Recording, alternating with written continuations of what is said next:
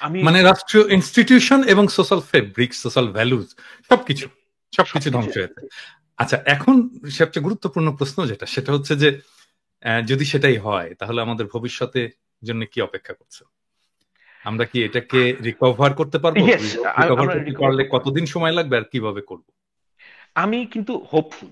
Hopeful এই কারণে যে আমি মানুষের যেই সামাজিক মানে যে হিউম্যান কন্ডিশন, মানে আমি ইতিহাস পড়ি, ইতিহাস পড়ে আমি যেই কতগুলো সত্য সব সমাজে আহ, প্রায় সমানভাবে ফাংশন করে। এটা এটা অ্যাকচুয়ালি কোনো without a doubt it's truth to me, almost scientific truth, যে একটা সমাজে যদি ন্যায় বিচার থাকে এবং একটা সমাজে যদি স্বাধীনতা থাকে মানুষের, তাহলে সেই সমাজে অনেক গোলযোগ হবে, অনেক কিছু হবে, কিন্তু আলটিমেটলি যেই arch of history so to speak, এটা আহ, ক্রমশই সেই দিকে বাঁক নিবে, যেটা হচ্ছে গিয়ে ন্যায়ের মোটামুটি ন্যায়ের পক্ষে এটা হুম, বাঁক নিবে। হুম, সেই হিসাবে আমি আশাবাদী। আর যেই ব্যাপারটা আমি, তবে এটা সময় নিবে, সময় নিবে, কারণ অ্যাজ আই সেইড যে আমাদের এই রট সমাজে প্রতিটা জায়গায় যেরকম, হুম, হুম, এই জিনিসগুলো আমি মনে করি না 6 মাস 1 বছরের মধ্যে চলে যাবে। এবং আপনি যদি আমাদের এখনকার সরকারের কথাও চিন্তা করেন, আমাদের একটা আলোচনার মূল বিষয় যে আমাদের সরকারের পারফরমেন্স এবং হুম, এটা কোন দিকে যাবে, সেই হিসেবে আমি একটা জিনিস মনে করি যে এই সরকারের অবশ্যই লিমিটেশনস আছে। এটা একটা পলিটিক্যাল গভর্নমেন্ট না, এটা আমাদেরকে মাথায় রাখতে হবে। হুম, এবং এই শর্টকামিংস তাদের রয়েছে। আমি একটা উদাহরণ দিই, ছোট্ট উদাহরণ দিলে এটা আপনার দর্শকদের বুঝতে সুবিধা হবে। কিছুদিন আগে পার্বত্য চট্টগ্রামে আহ, আমি সাম্প্রদায়িক দাঙ্গার কাছাকাছি একটা জিনিস হয়েছে, এটা বলবো। এবং হুম, ওই যে সমস্যা তৈরি হলো, সেখানে আপনি দেখলেন যে এখানে আমাদের যে স্বরাষ্ট্র উপদেষ্টা, মানে অর্থাৎ স্বরাষ্ট্র মন্ত্রীর পর্যায়ে যিনি আছেন, উনি ঢাকা থেকে সব সেটেল করার চেষ্টা করলেন। আমি শুধু একটা কাউন্টার এক্সাম্পল দিই, যে এটা যদি একটা পলিটিক্যাল গভর্নমেন্ট হতো, হুম, তার যেই মন্ত্রী, তাকে নেক্সট টাইম ইলেকশন করতে হতো, তার পারফরমেন্সের বিষয় আছে, হুম, তার ইজ্জতের ব্যাপার আছে, সে করতো কি, হুম, যে ওই দিনই চলে যেত এখানে। এক্স্যাক্টলি, হ্যাঁ, এক্স্যাক্টলি। ওয়ারেস যে উপদেষ্টা, উনি তো বেসিকলি গত 10 বছর কি করেছেন আমরা জানি না। উনি বেসিকলি একজন রিটায়ার্ড মানুষ। হুম, আমি ওনার ইন্টেনশনের কোনো প্রশ্ন তুলছি না, কিন্তু আমি হুম, বলছি যে ওনার যে এক্সপেকটেশনের সিলিং, সেটা অনেক হুম, নিচে। হুম, ইন দ্য সেন্স যে উনি মনে করছেন যে আমি তো দিন 9 ঘন্টা কাজ করছি। হুম, হুম। নাও এই সমস্ত পজিশনে গেলে আপনি কখনোই বলতে পারেন না যে 9 ঘন্টা কাজ করা হচ্ছে কি হুম, আমার হুম, হুম, লিমিট। হুম, আপনাকে যখনই যেই প্রবলেম হবে যেতে হবে। হুম, এখন ওই পলিটিক্যাল গভর্নমেন্ট ছাড়া আমাদের এই সমস্ত সমস্যার সমাধান হবে না, এটা আমি আহ, খুব ভালো করেই বুঝি। আমরা সবাই মোটামুটি বুঝি। যেমন ধরেন এই মুহূর্তে সরকারের মধ্যে যে একটা বিশাল প্রবলেম, এটা হচ্ছে যে ফ্যাসিস্ট আমলের যারা রেমনেন্টস, হুম, এরা প্রতিটা জায়গায় গোলযোগ সৃষ্টি করছে, প্রতিটা হুম, জায়গায়। এবং তাদের ভেস্টেড ইন্টারেস্ট আছে।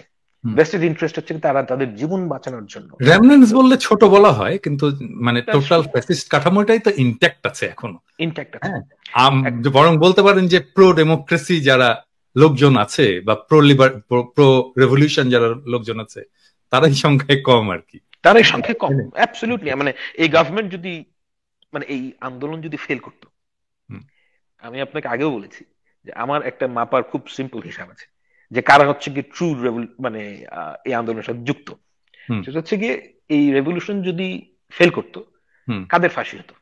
এই সরকারের মধ্যে নাহিদ এবং আসিফ, এই দুজনের ফাঁসি হতো। হুম। ইউনূস সাহেবের কিছু ক্ষতি হতো। ইউনূস সাহেবের ক্ষতি হতো এই সেন্সে জেলে যে চলে এটা যেতেন না, হয়তো। হুম, হয়তো জেলে চলে যেতেন। জেলে। এটা এটা হ্যাঁ, না হলেও, উনি এটার সাথে জড়িত না হলেও ওনার ক্ষতিটা হতো, হুম, হুম, কিছু ক্ষতি হতো। এবং আসিফ নজরুল সাহেবের কিছু ক্ষতি হতো, আমি ঠিক জানি না যে এক্স্যাক্টলি কি ক্ষতি হতো, হুম। কিন্তু কিছু কিছু না কিছু ক্ষতি হতো। হতো, হতো। হ্যাঁ। ইয়ের জামিন বাকি যারা, বাতিল হতো, আদিলুর রহমান শুভ্রের জামিন বাতিল হতো, সেও জেলে চলে যেত। বাকি যারা উপদেষ্টা আছেন, তাদের একটা কোনো ক্ষতি হতো না। কারো কিছু এবং না। ক্ষতি হতো কাতো, ক্ষতি হতো কাদের? বিএনপি এবং জামাতে ইসলামের যারা নেতা, এদের অনেকেরই ফাঁসি হতো, একদম গ্যারান্টিড। আমার মনে হয় আরো দুজনের বোধহয় ক্ষতি হতো, কারণ আমি পরবর্তীতে খেয়াল করে দেখলাম রেজওয়ানা, মানে যাকে আমি একটু বকাবকিও করি, রেজওয়ানা বেশ কিছু ডেমনস্ট্রেশনে রিমার্কেবল ছিল। ওম্যান, মানে আমি তাকে হ্যাঁ, খুব পছন্দ করি, খুবই ভদ্র মানুষ, খুবই এবং সজ্জন মানুষ। এবং শারমিন মোর্শেদ উনিও বেশ কয়েকটা ডেমনস্ট্রেশনে ছিলেন, বেশ সময় নিয়েছিলেন এবং বেশ স্ট্রংলি ছিলেন আর কি। এই দুইজনকেও হয়তো ঝামেলা পোহাতে হতো। এই যে যারা ছিলেন এর বাইরে, মানে যেহেতু আমি বলতে চাচ্ছি যে যেহেতু এনারা সেই অর্থে স্টেক হোল্ডার না, হুম, হ্যাঁ, সেহেতু তাদের পক্ষে খুব বোল্ড ডিসিশন নেওয়াটার যে ন্যায্যতা সেটা তৈরি করতে পারেন নাই। হ্যাঁ, কারণ এখন তো আমরা একটা এক্সট্রা কনস্টিটিউশনাল সময় পার করছি। এর তো সাংবিধানিক ভাবে এই সরকার তো বৈধ না, এটা আপনিও বোঝেন আমিও বুঝি। বাংলাদেশের সংবিধানে অন্তর্বর্তীকালীন সরকারের কোনো কোনো প্রভিশন নাই, but that's not a problem, that's not a problem at all. কিন্তু যেহেতু তাদের মধ্যে ওই, আমি এটাকে অবশ্যই বিপ্লব মনে করি না, আমি গণ অভ্যুত্থানই মনে করি, কিন্তু হুম, গণ অভ্যুত্থান হলেও যেই সমস্ত বোল্ড ডিসিশন নেওয়া দরকার সেটা তারা নিতে পারছেন না। নানাবিধ কারণ আছে, যে এই 17 জন কিন্তু ইন্ডিভিজুয়ালস, আপনি যাদের কথা বলছেন হুম, তারা হুম, একসাথে আগে কখনোই কাজ করেননি। হুম, কিন্তু এটা যদি একটা পলিটিক্যাল গভর্নমেন্ট হতো, তারা কিন্তু সবাই কলিগস, মানে তারা সবাই হুম, সবাই আগের থেকে চেনেন, তাদের হুম, মধ্যে একটা কর্ম পরিকল্পনা থাকতো হুম। এখানে। কিন্তু ধরেন একটা কর্পোরেটে যখন আমরা জয়েন করি তখনও তো কেউ কাউকে চিনি না, তাই না? কিন্তু তারপরে একসাথে একটা কর্পোরেশনের টিম মধ্যে তো করে। আপনার, কর্পোরেটের মধ্যে আপনার একটা কমন গোল আছে যে আমাকে পয়সা বানাতে হবে। গভর্নমেন্ট অর্গানাইজেশন ঠিক উল্টা কাজটা করে, গভর্নমেন্টের কাজ হচ্ছে কি পয়সা স্পেন্ড করা। এখন এখানে নানাবিধ, এখানে যেহেতু দুটো একটা, জিনিস, মানে যদি এটা পলিটিক্যাল গভর্নমেন্ট হতো সেটা হচ্ছে যে আমি পয়সা স্পেন্ড করব, আমি আমি পপুলার থাকবো, হ্যাঁ, আমি নেক্সট ইলেকশনে জিতবো, হ্যাঁ, না এগুলো ওটা তো তো। হচ্ছে সরকারের, ওটা হ্যাঁ, সরকারের, কিন্তু এখন তো আমি বলছি যে ওই অর্থে সরকার এখন নাই, হুম, হুম, যেহেতু এটা না পলিটিক্যাল গভর্নমেন্ট গভর্নমেন্টের, না। ঠিক আছে। হ্যাঁ, এখন যে গভর্নমেন্টটা আছে হুম, সেই গভর্নমেন্টের জন্য বোল্ড ডিসিশন নেওয়া সম্ভব না। সেজন্য আমি মনে করি যে আমরা যারা অ্যাক্টিভিস্ট আছি, যারা বাংলাদেশের যারা পলিটিক্যাল ফোর্সেস আছে, তাদের সবার এই গভর্নমেন্টকে হেল্প করা উচিত। মানে বিকজ এই গভর্নমেন্ট যদি ফেল করে আমাদের মানে সর্বনাশ হয়ে যাবে। অ্যাক্টিভিস্টটা কিভাবে হেল্প করতে পারে, মানে কিভাবে? আহ হেল্প তো আগে চাইতে হবে, তাই না? তারপরে না হেল্পের না, প্রসঙ্গ নট আসে। নেসেসারিলি, কারণ নট জায়গা তো নেসেসারি। নাই হেল্প করার। আপনার আপনার ভাই, যাদের আপনার যদি কোনো ভাইয়ের একটা পা না থাকে, সে কি কোনদিন আপনার কাছে হেল্প চায়? সে হেল্প চায় না। তাকে কিন্তু আপনি তাকে হেল্প করেন, যেহেতু আপনি অবস্থাটা জানেন, এবং এই যে তাকে যে হেল্প করেন এটার হুম, কারণ হচ্ছে কি আপনি তাকে ফিল করেন হুম, যে I need to provide this help. হুম, আমাদের দেশে এখন ন্যাশনাল ইউনিটি দরকার। ন্যাশনাল ইউনিটি দরকার এই কারণে যে আপনি বিএনপি জামাত সবাইকে গালিগালাজ যা ইচ্ছা আমরা সবাই করতে পারবো, হুম। লেট, মানে normal politics come back. Normal পলিটিক্সে আমরা যখন নর্মালসিতে যাব, তখন গণতান্ত্রিক সরকারকে আপনি যে ইচ্ছে গালি দিবেন, এগুলো সব ঠিক আছে। হুম। আমি ব্যক্তিগতভাবে মনে করি যে কারণ ওটা তাদেরকে চেক এন্ড ব্যালেন্সের মধ্যে রাখে। আমি একটা জিনিস বলি, ভাম, আপনি একটা খুব ইন্টারেস্টিং বিষয় তুলেছেন। মানে ধরেন আমি আহ, উম, এটার সাথে একটা একটা খুবই প্রাসঙ্গিক প্রশ্ন আছে। আমি এটা আগে বলে নিই, যে আপনি একটা বললেন যে স্ট্রং ডিসিশন নেওয়ার ক্ষেত্রে তাদের ঘাটতি আছে, কারণটাও আপনি ব্যাখ্যা করলেন। দুই নাম্বারটা হচ্ছে যে মানে সরকার তো একটা বিগ কর্পোরেটের মতো, এবং এখানে প্রত্যেক প্রত্যেক মিনিস্টারকে একটা high level of managerial capacity থাকতে হয়, হুম, অর্গানাইজেশনাল ক্যাপাসিটি থাকতে হয়, লিডারশিপ কোয়ালিটিস থাকতে হয়। এটার তো সিরিয়াস ধরনের সমস্যা আছে প্রত্যেকেরই। হুম, হুম। এখন হুম, ধরেন আমি একটা এক্সাম্পল দিই, যেটা নিয়ে আপনার সাথে আমার ফোনে তর্ক হয়েছে, যেটা ওই ইলিশের প্রসঙ্গ। হুম।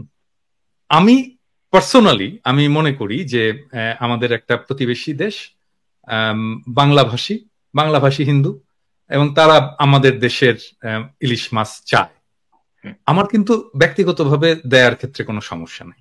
হ্যাঁ, আমি আমি হয়তো দিতাম, আমি আমি নিজে যদি দায়িত্বে থাকতাম আমি হয়তো নিজেই দিতাম। হ্যাঁ, কিন্তু ব্যাপারটা হচ্ছে যে জিনিসটা কিভাবে ডিল করতে হবে, কিভাবে হুম। বলতে হবে। যখন সালাউদ্দিন সাহেব এসে বলে এটা ইমোশনাল কথা হচ্ছে, রেজওয়ানা এসে বলে ওরাও আমাদের আন্দোলনে সাহায্য করেছে, এটা তো একটা বয়ানও তৈরি করতে পারে না যে আসলে এটা না, কিভাবে আমি প্রেজেন্ট করবো তা হোয়াট পাবলিকের ডু কাছে। এক্সপেক্ট? হ্যাঁ, না মানে, হ্যাঁ মানে কি, আমি জিনিসটাকে এভাবে বুঝি। এনারা না না, ট্রেন্ড এটা তো পলিটিশিয়ান না। তারা তো আপনাহাত জগন্নাথ হয়ে গেছে। তাদেরকে যদি আপনি না বলেন, আপনি যদি বলেন যে এখানেও সাপোর্ট করতে হবে, তাহলে তো এরা মনে করবে যে ও আচ্ছা আমি বললাম জন্যই তো এটা পাবলিক শুনলো, এটাই মনে করবে। তার বলাটা যে ভুল, এটা আপনি আই নো। যতক্ষণ পর্যন্ত না বলে দেবেন ততক্ষণ পর্যন্ত তারা শুনবে না, তা একদমই শুনবে না। আমি আমার তো দেখেন গতকালকে আমি আপনাকে বলি, গতকালকে আসিফ নজরুল ওই যে বললো না যে মাহমুদুর রহমান এইটা ইত্যাদি, মাহমুদুর রহমানের আমরা প্রচুর ইয়ে করছে, আমি ওইখানে ইন্টেনশনালি আমি ওইখানে একটা কমেন্ট করলাম। হ্যাঁ, হুম, সে সে তো এটা দেখেছে এবং আমার কমেন্টটাতেই বোধহয় 10,000-এর উপরে লাইক পড়েছে, তার মানে ওইটা একদম উপরে থাকবে। এটা আসিফ নজরুলের চোখে পড়েনি? চোখে পড়েছে। তো আসিফ নজরুল কেন ওটার উত্তরটা দিল না? মানে কি ওনার দেওয়ার সময় নাই? নিশ্চয়ই আছে, ওনার যেহেতু লাইভ করার সময় হয়, উত্তরটা দেওয়ারও সময়। এইটা ভাই আমি আপনার সাথে একমত না। এটা একমত না। কি কোনটায়? এইটা একমত না যে কোনটা ওনার কোনটা সময় থাকতেই হবে। কারণ আই ক্যান ইজিলি ইমাজিন, মানে আমি গুড ফেইথে বলছি, যে গুড ফেইথে আই ক্যান ইজিলি ইমাজিন আমরা অ্যাক্টিভিস্ট মানুষ, আমি একটা চাকরি করি, আপনার হয়তো আমার চেয়ে তো অনেক কম সময়, আমার একটা ছোট মেয়ে আছে, তা আমার হুম, তারপরও আমি সময় বের করতে পারি। হুম, কিন্তু আই ক্যান ইজিলি ইমাজিন বাংলাদেশে এখন যার উপদেষ্টা, হুম, মানে কেউ যদি কাজটা ঠিকভাবে করার চেষ্টা করে, হুম। তার নাও খাবার সময় নাও থাকতে পারে। না, মানে এই এটা যে হতে পারে। আমি এটা এটা একমত না, এটা টাইম ম্যানেজমেন্টের ব্যাপার। এটা কমপ্লিটলি টাইম ম্যানেজমেন্টের ব্যাপার। না, হ্যাঁ, আই এগ্রি, আই এগ্রি। এটাও তার একটা ম্যানেজারিয়াল ক্যাপাসিটি, তাই না? সেটাও ওনাদের নাই। হ্যাঁ, তো মানে ধরেন, মানে আসিফ নজরুলের যদি 2 মাস হয়ে গেল না, 2 মাস হয়ে গেল সরকারে থাকে, আসিফ নজরুলের যদি পিনাকি ভট্টাচার্যের জন্য 2 মিনিট সময় দেওয়ার মতো সময় না থাকে, তাহলে উনি সরকারে আছেন কেন? না ভাই, তাই না? আপনাকে তো সবাই ভয় পায়। কি বলেন? দ্যাটস দ্য ট্রুথ, যে আপনাকে আহ, মানে আহ, সবাই তো, সরকারের যারা আছেন তারা তো ভয় পাবে। কারণ আম, এখানে আরো অনেক সমস্যা আছে। ফেসবুকে মানুষ ইন্টারঅ্যাক্ট করতে চায় না কেন? ফেসবুকে মানে যেমন ধরেন আমাকে অনেকেই মানে যারা বাংলাদেশের গণ্যমান্য ব্যক্তি তারা আমাকে অনেক সময় এই কথাটা বলেছেন যে আমি হুম, তোমার ওখানে কমেন্ট করি না, কারণ ওই উল্টাপাল্টা গালিগালাজ করবে। হুম, হ্যাঁ, তা এখন দিস ইজ ট্রুথ। হ্যাঁ, মানে এখন আমার তো চামড়া খুব মোটা, আমাকে গালিগালাজ করলে আমার কিছু যায় আসে না। হুম, কিন্তু ধরেন অনেকের তো আসলেই মানে অত চামড়া মোটা না, অনেকের তো গায়ে লাগে। হ্যাঁ, হুম, তো এগুলো তো রিয়ালিটি। এই রিয়ালিটি থেকে তো আমরা বের হতে পারবো না। এবং প্রত্যেকটা মানুষের কিছু আমি বলবো, যেমন ধরেন ইউনূস সাহেব, ইউনূস সাহেব এখন ওনার 84 বছর বয়স। আই ক্যান ইজিলি ইমাজিন যে উনি এই যে ফেসবুক সেটিং, এই ইউটিউব ভিত্তিক কথা বলা স্ক্রিনের সামনে, এটা আমি হুম। বলতে পারতাম না 2 বছর আগে। হ্যাঁ, তো মানে উনি যে এটাতে মানে খুবই মানে কি বলবো, যে আনইজি ফিল করবেন, এটা কিন্তু হতেই পারে ভাইয়া। এবং এটা হচ্ছে কি, এই বাস্তবতাটা মেনে নিয়ে আমাদেরকে ফাংশন করতে হবে। এবং এটা যদি একটা মানে পলিটিক্যাল গভর্নমেন্ট হতো, তাহলে আপনি তাকে গালিগালাজ করাটা ঠিক আছে, জায়েজ আছে। কারণ হুম। পলিটিক্যাল গভর্নমেন্টের অনেক আর্মস থাকে, এই আর্মস গুলো তো এই সরকারের নাই। আমি এই কারণে, এবং আমার মধ্যে সবসময় একটা কাজ করে যে এই সরকার যদি ফেল করে, এই জিনিসটা ঘটনাটা কি ঘটবে এটা অনেক মানুষ বুঝতে পারে না, যে এই সরকার যদি ফেল করে হুম। সেই সিনারিওটা কি হবে। হ্যাঁ, এটা কিন্তু মানে কি হবে? ফেল, কি হবে আমি এই scenario? আচ্ছা, আমার কাছে মনে হয় যে এই সরকার ফেল করার আমি কিছু রাস্তা বলি যে কিভাবে ফেল করবে। আচ্ছা, প্রথমে জেনে নিতে চাই যে কি হলে আমরা বুঝবো যে এই সরকার ফেল করেছে। ও, ইটস ভেরি ইজি। হুম, বলেন। মানে আমাদের মানে ইন্টারিম গভর্নমেন্টের বদলে ন্যাশনাল গভর্নমেন্ট হবে, অথবা মিলিটারি গভর্নমেন্ট হবে, অ্যাজ সিম্পল এস দ্যাট। এখানে কোনো জরুরি অবস্থা জারি হবে। তো যদি ন্যাশনাল গভর্নমেন্ট হয় এই সরকারের বদলে, সেটা তো ভালো হওয়ার কথা, এটা হচ্ছে না, বেটার না, হওয়ার কথা। আহ, না, নট কারণ নেসেসারিলি। সেটা তো পলিটিক্যাল গভর্নমেন্ট হবে, তাই না? না, কিন্তু পলিটিক্যাল গভর্নমেন্ট হোক, কিন্তু এই যে আন্দোলন, সেটার একটা স্পিরিট আছে, এবং এই আন্দোলনের স্পিরিটের মধ্যে ছাত্ররা পুরোপুরি উপস্থিত। হুম, হ্যাঁ, এবং বাংলাদেশের ছাত্রদের এই যে স্টেক, আমি চাই এটা বাংলাদেশের যে ভবিষ্যতে যেভাবে দেশ চালানো হবে, হুম, এটার মধ্যে বাংলাদেশের এই জেনারেশনের স্টুডেন্টদের মধ্যে, আমি ঠিক স্টুডেন্ট বলবো না, আমি বলবো যে ইয়াং পিপল, হুম, অর্থাৎ যাদের বয়স 20 থেকে নিয়ে 35-এর মধ্যে, হুম, এই ছেলে মেয়েগুলোকে হুম, আমাদের রাজনীতিতে ঢোকাতে হবে, রাইট? এবং এই গভর্নমেন্ট যদি ফেল করে, এই স্টুডেন্টরা পুরোপুরি বাদ পড়ে যাবে। এবং I am very cognisant about it, যে না, ধরেন ন্যাশনাল গভর্নমেন্টে যদি স্টুডেন্ট বা ইয়াংদের যদি রিপ্রেজেন্টেশন থাকে তাহলে থাকবে সমস্যা। না। ন্যাশনাল গভর্নমেন্টে যে সমস্যাটা তৈরি হবে সেটা হচ্ছে যে ন্যাশনাল গভর্নমেন্ট যদি তৈরি হয়, বাংলাদেশের মানুষ মনে করবে যে আমরা একটা নর্মালসির মধ্যে কিংবা একটা লং টার্মের জন্য একটা সলিউশনের মধ্যে চলে গেছি। হ্যাঁ, এবং সেই ক্ষেত্রে এটাকে একটা রেগুলার গভর্নমেন্ট মনে করা শুরু করবে। এবং এই রেগুলার গভর্নমেন্ট যদি যায়, বাংলাদেশের যে বাক স্বাধীনতা এটার কাটল হবে, বাংলাদেশের মানুষদের স্বাধীনতা কাটল হবে। এই জিনিসগুলো আমি চাই না। আমি চাই বাংলাদেশ মানে বাংলাদেশের মানুষ যেন কথা বলতে পারে, এবং বাংলাদেশের ইয়াং ছেলেমেয়েরা যেন রাজনীতিতে ইন্টারেস্টেড হয়। এটা একটা খুবই গুরুত্বপূর্ণ বিষয় হয়। কিন্তু ধরেন আপনি আপনি আপনি তো আগে বললেন যে আমাদের দ্রুত রাজনৈতিক সরকার এটা প্রতিষ্ঠিত হোক এবং এই ডেমোক্রেটিক চর্চা যদি চলতে থাকে প্র্যাকটিস, তাহলে আমাদের এই যা যা প্রবলেম হয়েছে এগুলো আস্তে আস্তে সরে যাবে। তো তাহলে তো রাজনৈতিক সরকার আসলে একই জিনিস করবে না, কারণ এই এক বছরের মধ্যে আপনি এই এক বছরের মধ্যে অনেকগুলো জিনিস দেখবেন। সেটা হচ্ছে গিয়ে আমার মনে হয় বিএনপি, জামায়াত ইসলামী, এই দুটো তো বাংলাদেশের বড় পলিটিক্যাল পার্টি। এই দুইটা পলিটিক্যাল পার্টি এই মুহূর্তে সবচেয়ে বড় পলিটিক্যাল পার্টি। এই দুটো পলিটিক্যাল পার্টির মধ্যে একটা সাকসেশন দরকার। সাকসেশন ইন দ্য সেন্স যে আমি আপনাকে একটা সিম্পল কোয়েশ্চেন করি, যে বাংলাদেশে বিএনপি এবং জামায়াতে ইসলামের লেটস সে 40 থেকে নিয়ে 55 বছর বয়স, এই এইজ গ্রুপের মধ্যে আপনি ন্যাশনাল লিডার কয়জন আছে? National leader in the sense যে যাকে নেতৃত্বের কথা আমরা ভুলে যাই, যাকে অ্যাটলিস্ট রেকগনিশন আছে। অর্থাৎ বাংলাদেশে সব মানুষ চিনবে যে এই মানুষটা 40 থেকে, সব মানুষ না হলেও মানে একটা very large number of people would be able to recognise যে এটা হচ্ছে কি বিএনপির নেতা। কিন্তু আপনি খেয়াল করে তারেক রহমানের বয়স 55 না একটু বেশি, তো এটা না হলে তারেক রহমানকে বলা যেত, উনি আউটলায়ার। উনি আউটলায়ার ইন দ্য সেন্স যে হি ইজ দ্য লিডার। ওনার কথা আমরা বাদ দিই, মানে তারেক সাহেব তো বিএনপির মধ্যে একজনই। আমি বলছি যে নেতা, পলিটিক্যাল লিডার। হ্যাঁ, আপনি এই 40 থেকে 55 বছর বয়সের যে এজ ব্র্যাকেট, এই ব্র্যাকেটের মধ্যে দেখবেন যে বিএনপি বলেন কিংবা জামায়াত ইসলামী বলেন, কোনো ন্যাশনাল লিডার নাই। এটা একটা ভয়ঙ্কর বিষয়। হ্যাঁ, এই সময়টার মধ্যে কিন্তু মানুষের সব দিক থেকে মানে ছেলে বলেন কিংবা মেয়ে বলেন, প্রফেশনালি বলেন এবং এক্সপিরিয়েন্সের দিক থেকে বলেন, যে এটা সবচেয়ে প্রোডাক্টিভ টাইম। এই প্রোডাক্টিভ টাইমে নেতা বাংলাদেশের বিএনপি কিংবা জামায়াত ইসলামের মধ্যে রেকগনাইজেবল লিডার্স নাই। এখন আপনি এটা বলতে পারেন যে গত 15 বছর যেহেতু ফ্যাসিজম ছিল, সেহেতু এটা আমরা সামনে তারা এগিয়ে আসতে পারে না, which is true by the way। কিন্তু আমি এটা পুরোপুরি অস্বীকার করি না, এই যুক্তিটার ভ্যালিডিটি আছে। কিন্তু এখানে এই সাথে এটাও জরুরি, কিন্তু রিয়ালিটিটা কি অ্যাজ ইট ইজ, সেই অর্থে আমি যদি বলি যে 40 থেকে 55 বছর বয়সের মধ্যে যারা, যে দেশের মুষ্টি মানে ম্যাক্সিমাম নেতা আমার কাছে মনে হচ্ছে এই এজ গ্রুপের মধ্যে থাকা উচিত।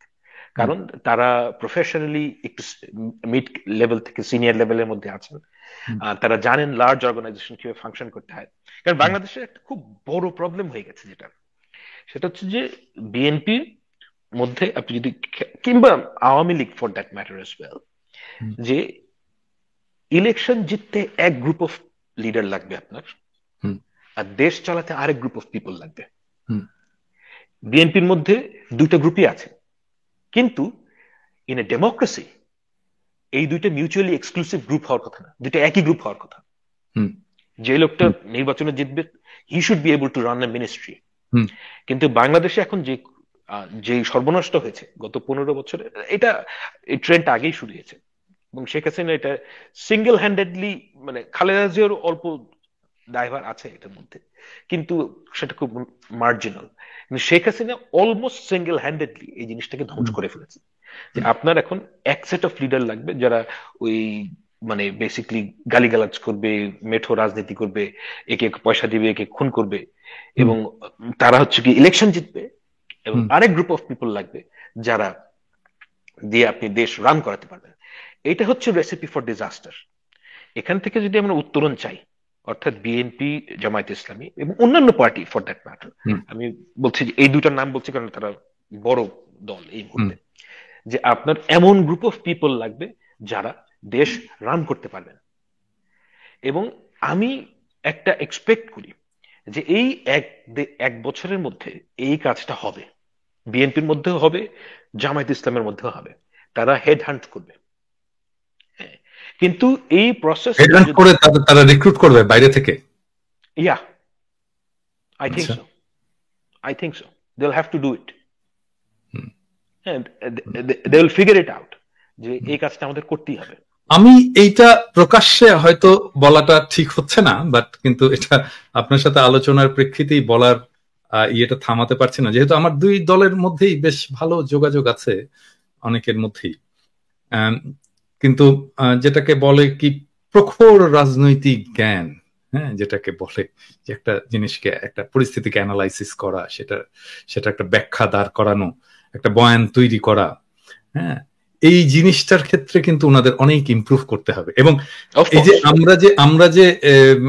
আমরা যে অ্যাক্টিভিস্ট হয়ে উঠতে পারলাম, হ্যাঁ, এটা কিন্তু ওই জায়গাটা একটা গ্যাপ ছিল জন্যই আমরা আসলে অ্যাক্টিভিস্ট হয়ে উঠতে পারলাম। হ্যাঁ, আদারওয়াইজ আমাদের বয়ান তো শোনার কথা না। মানে আমরাও তো একসময় রাজনীতি করছি, হ্যাঁ, সেই সময় রাজনীতির বাইরের লোক এসে বয়ান তৈরি করছে, ফাইট করছে, এই কাজটা তো হতো না, তাই না? না, হতো না। এবং মানে কি, আমাদের উই নিড গুড ম্যানেজার্স। মানে কারোর যদি রাজনৈতিক জ্ঞান কম থাকে কিন্তু দে আর গুড ম্যানেজার্স, এই ক্ষেত্রে আপনি যেমন ধরেন সিঙ্গাপুরের কথা চিন্তা করেন। Singapore is not run by any ideology. Singapore is not run by, মানে আপনি লি কুয়ানের কথা যদি চিন্তা করে দেখেন, যে উনি হোয়াট এভার ওয়ার্কস মডেলে গিয়েছিলেন, এবং what ever works model essentially হচ্ছে কি আপনার অনেকগুলো টুল আপনি নেবেন, এবং টুলগুলোর মধ্যে কোনো কোহেরেন্স না থাকলেও, ইফ হি থট যে it will function here, he used it, he tried it at least. আমাদেরকে ওই মডেলে যাওয়াটাই বেটার, কারণ আমাদের যে রাজনৈতিক বয়ান, এটা নিয়ে আলাপ করতে হতে পারে, কারণ আসলে ধরেন মানে সিঙ্গাপুর তো একটা ছোট দেশ, খুবই ছোট দেশ, আর বাংলাদেশ একটা মানে অনেকে বলে আর কি আনম্যানেজেবল, হ্যাঁ, 18 কোটির দেশ এটা। ধরেন আপনি যেটা বললেন আর কি, যে আপনার মতো একটা পপুলার, আমি জানি না যে আপনি যখন গ্রাউন্ডে ছিলেন বাংলাদেশে আপনি ঠিক মতো হাঁটাচলা করতে পেরেছিলেন কিনা, এটা আমার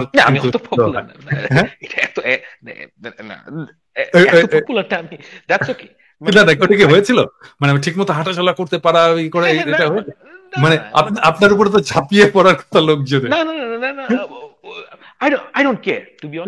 না, হয়েছে কিনা মানে এটাও ধরেন এটা একটা ফেনোমেনন যেটা আপনাকে কনসিডার করতে হবে। তো আমরা যেহেতু আলোচনার শেষ দিকে চলে আসছি, তো আপনার ওই প্রসঙ্গটায় আমার মনে হয় আলোচনাটা একটু আমরা ফিরিয়ে আনি। সেটা হচ্ছে যে সরকারকে কিভাবে হেল্প করতে পারি আমরা, বা সবাই কিভাবে হেল্প করতে পারি। প্রথমত আমাদেরকে একটু কনসিডারেট হতে হবে।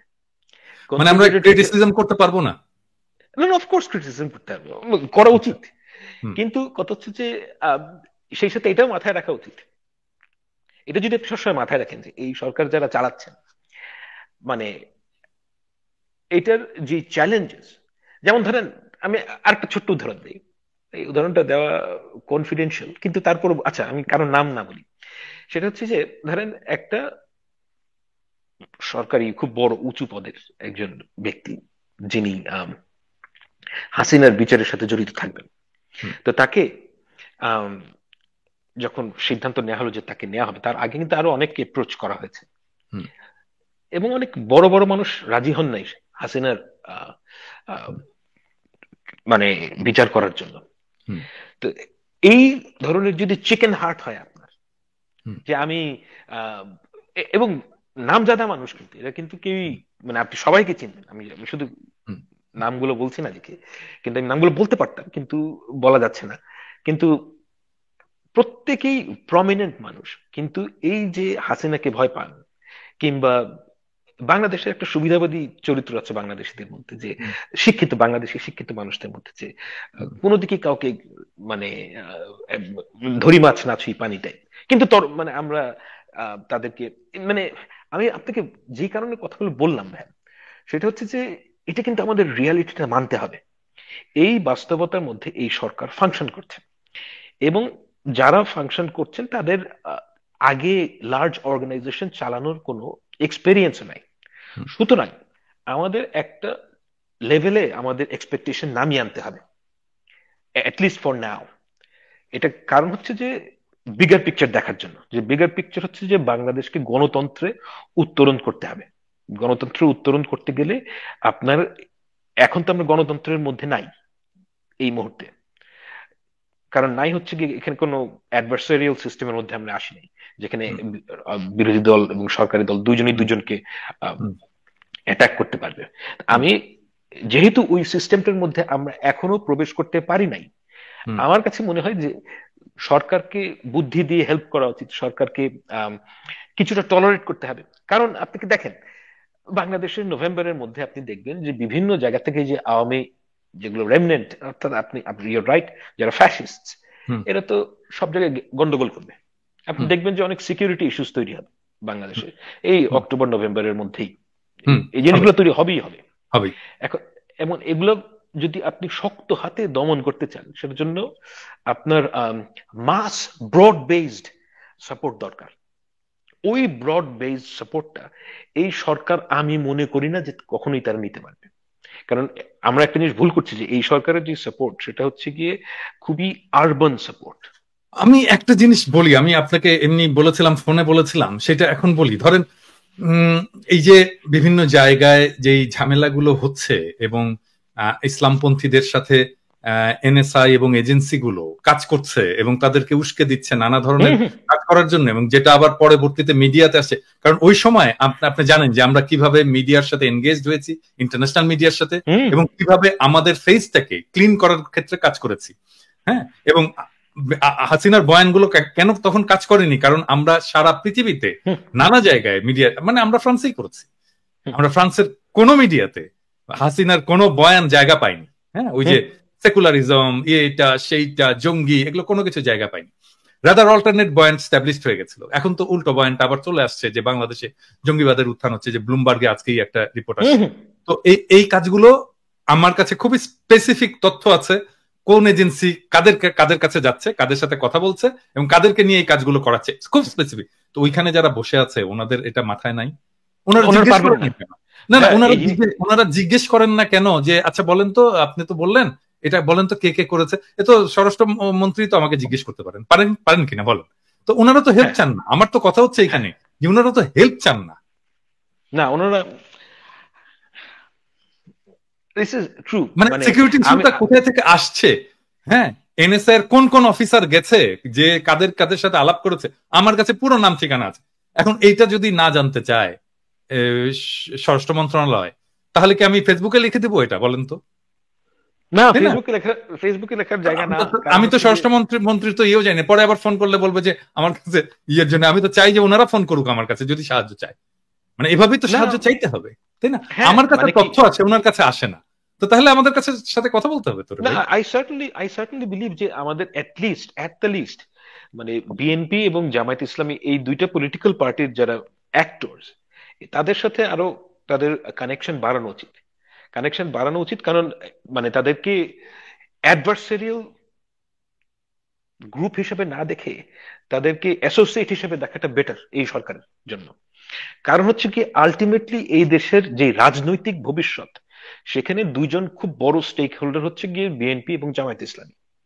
এবং এই দুইটা লার্জ অর্গানাইজড পলিটিক্যাল ফোর্সকে আপনি বাদ দিয়ে বাংলাদেশে ইন্টারেস্টিং চালাতে হচ্ছে পারবেন না। আরেকটা জায়গা আপনি যেটা বললেন যে আমরা সবাই চাই তরুণরা আসুক, কারণ তরুণরাই তো ভবিষ্যৎ নির্মাণ করবে, তো তরুণরা ডেফিনেটলি আসুক। কিন্তু আপনি কি দেখেছেন যে তরুণদের একটা অংশ এই বিএনপি এবং জামাত বিদ্বেষী হয়ে অফকোর্স, তাদের অ্যাক্টিভিজম চালায়? হ্যাঁ। Let them do it. মানে কি, let them do it, but as long as they are involved in ইট।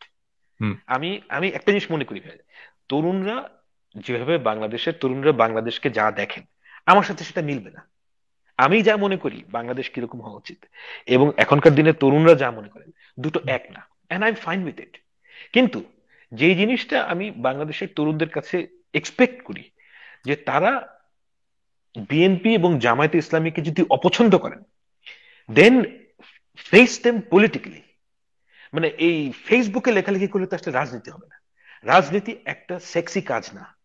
রাজনীতি আপনি যদি ঠিকভাবে কাজটা করতে চান, এটা অসম্ভব টিডিএস, অসম্ভব বোরিং একটা কাজ, মানে অসহনীয় একটা কাজ। কোন লোক যদি অনেস্ট থাকেন, তার পক্ষে রাজনীতি করাটা দুর্বিষহ একটা অভিজ্ঞতা। এটা আমি মানে বাংলাদেশের হ্যাঁ, প্রেক্ষাপটে যারা বলছি। রাজনৈতিক দল করে এসছে তাদের জন্য তো অবশ্যই। হ্যাঁ, হ্যাঁ, যদি আপনি যদি মাল পানি বানাতে চান অন্য কথা, কিন্তু না যদি আপনি আবার কাজটা যদি তারা বলে, যে না আমরা তো ফেসবুকে বয়ান তৈরি করতে পারি, লেখালেখি করে বয়ান বলতে তৈরি পারি, করাটা, বয়ান তৈরি বয়ান করাও তৈরি একটা রাজনীতি।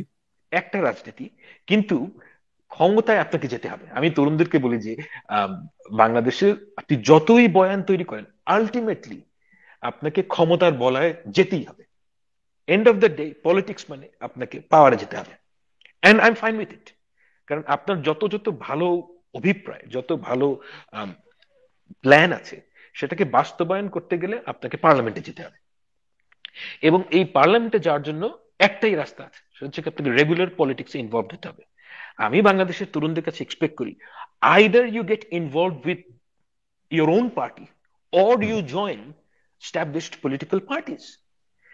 এবং মানে এই ঘটনাটা ঘটতেই হবে যে এই ইয়াং ছেলে মেয়েদেরকে যদি রাজনীতিতে ঢুকানো না যায়, রাজনীতিতে তারা যদি সরাসরি মানে ওই বাজে কাজটা করতে রাজি না হয়, তাহলে আমাদের আসলেই মানে ভবিষ্যৎ খুবই অন্ধকার। তাহলে আসলে অন্ধকার, কারণ এই সাকসেশনটা হতে হবে যে তরুণদেরকে রাজনীতির মধ্যে অবশ্যই জায়গা করে দিতে হবে। এখন তরুণরা কোন জায়গাটায় যাবেন, এটা তাদেরই ডিসিশন, এটা আমি নিতে পারবো না, আপনিও নিতে পারবেন না।